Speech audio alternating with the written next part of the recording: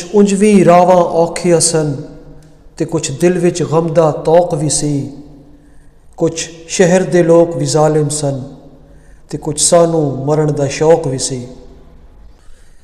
میں ہوں راشد جاوید آوان اور آپ دیکھ رہے ہیں خبر بصر۔ منیر نیازی مجھے کیوں یاد آئے یہ میں آپ کو بھی بتاؤں گا۔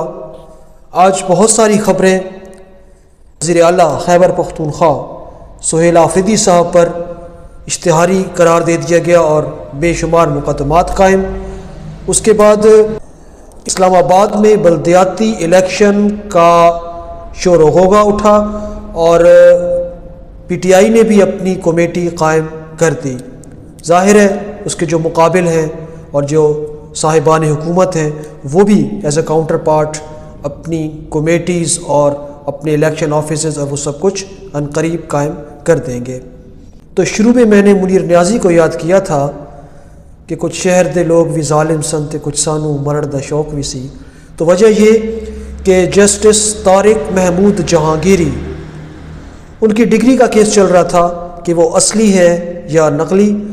تو بات کچھ یہ کہ جسٹس طارق محمود جہانگیری صاحب کی ڈگری کراچی یونیورسٹی کی تھی اور اب فیصلے کے مطابق وہ جعلی قرار پائی ہے، لیکن یہ نہیں بتایا گیا فیصلے میں کہ جو 40 سال انہوں نے فیصلے دیے ہیں ان کا کیا بنے گا۔ بہرحال چونکہ مقصد فی الحال سے ہے، ان کا جو بنے سو بنے۔ وہ فراز کہتے ہیں نا کہ اس کی وہ جانے اسے پاس وفا تھا کہ نہ تھا، تم فراز اپنی طرف سے تو نبھاتے جاتے۔